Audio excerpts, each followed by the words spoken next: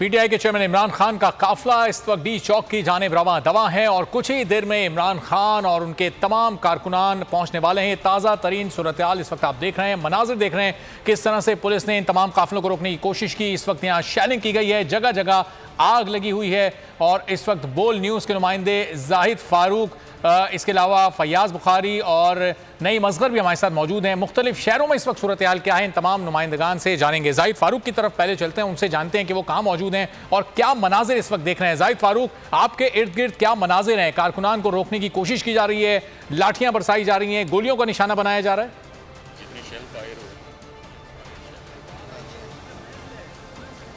जी बिल्कुल, मैं इस वक्त डी चौक में मौजूद हूँ और यहाँ पर जो कारकुनान हैं उनके जज्बे को देख के, उनकी जिस तरह वो इधर पहुँचे हैं, पुलिस यहाँ से अपनी जगह छोड़ के भाग गई है और वो कंटेनर के दूसरी तरफ से वक्फे से शेलिंग कर रहे हैं। शेलिंग बहुत ज़्यादा शिद्दत से उन्होंने आज की है। कोई शख्स ऐसा नहीं है यहाँ पर जो शेलिंग से मुतासर ना हुआ हो।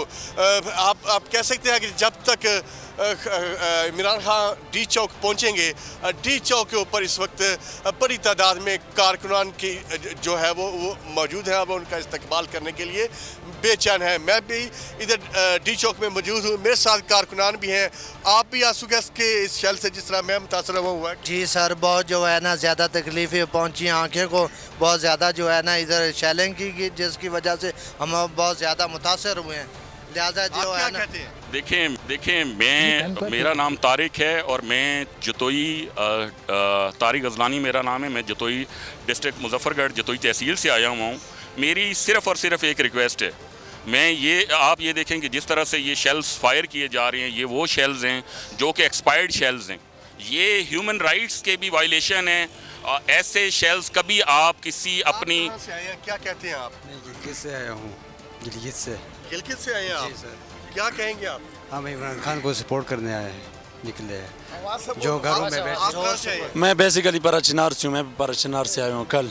तो हम आए हैं हकीकी आज़ादी मांगने के लिए। इन लोगों ने शेलिंग भी किया और एक्सपायर शेलिंग जो इन लोगों ने इस्तेमाल किया वो इतना जहरीला था कि हमारे साथ सामने। मैं गिलगित मौजूद है, उनकी जाने पड़ते हैं। नईम असगर, बताइएगा आप किस मुकाम पर मौजूद हैं, क्या सूरत हाल देख रहे हैं और जो हकीकी आज़ादी मार्च के शुरका हैं उनके क्या तासुरात हैं? भरपूर तरीके से जश्न मनाया जा रहा है, जश्न का माहौल है। इमरान खान ने सबसे पहले पहुंचने का ऐलान किया था। यही वजह है कि जो पीटीआई के कारकुनान हैं वो सबसे बड़ी तादाद में यहाँ श्रीनगर हाईवे पर ही मौजूद हैं। आज सुबह से वो पहुंचे हुए हैं। हालांकि शदीद गर्मी थी, धूप थी, इसके बावजूद इस तपती सड़क के ऊपर पीटीआई के कारकुनान मौजूद थे। 3-4 दफ़ा पुलिस ने उनके ऊपर शेलिंग भी की, लेकिन इसके बावजूद पीटीआई के जो कारकुनान हैं वो मुंतशिर हो जाते, लेकिन उसके बाद दोबारा से जमा हो जाते और पहले से ज़्यादा तादाद में जमा होकर पुलिस की जानब बढ़ते, आगे की जानब जाते और डी चौक जाना चाह रहे थे।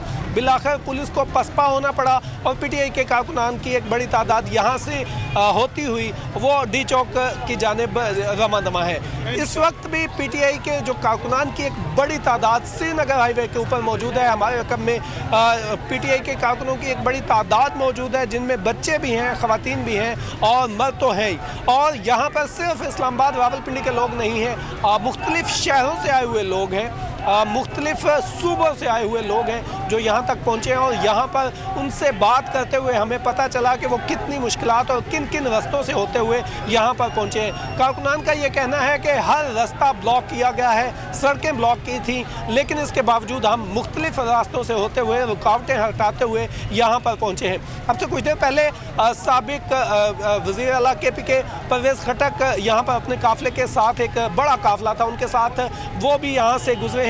यहाँ पर जब वो पहुँचे तो कारकुनों ने उनको देखकर नारेबाजी की, जोश व जज्बे का इजहार किया और परवेज़ खटक ने भी गाड़ी से बाहर निकलकर कारकुनों के नारों का जवाब दिया। इसके बाद अब से चंद लम्हात पहले मानसहरा से एक बड़ा काफिला यहाँ पर पहुँचा है।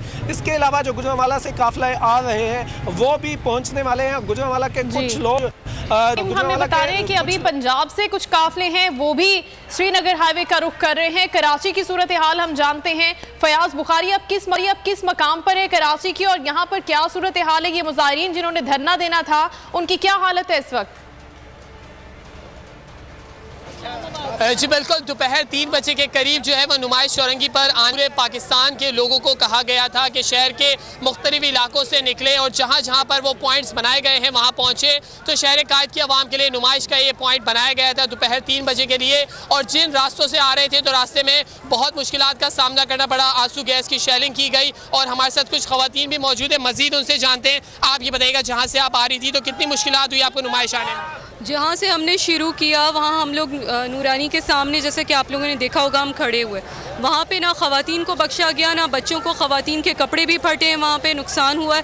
फिर भी हमारी ख़वातीन, हम लोग शेलिंग से होते हुए यहाँ तक पहुँचे हैं। आप क्या कहना चाहेंगी, कहाँ से आप आई हैं, कहाँ परेशानी हुई? तुंदिए बाद मुखालिफ से ना घबराए औकाब, ये तो चलती हैं तुझे ऊंचा उड़ाने के लिए।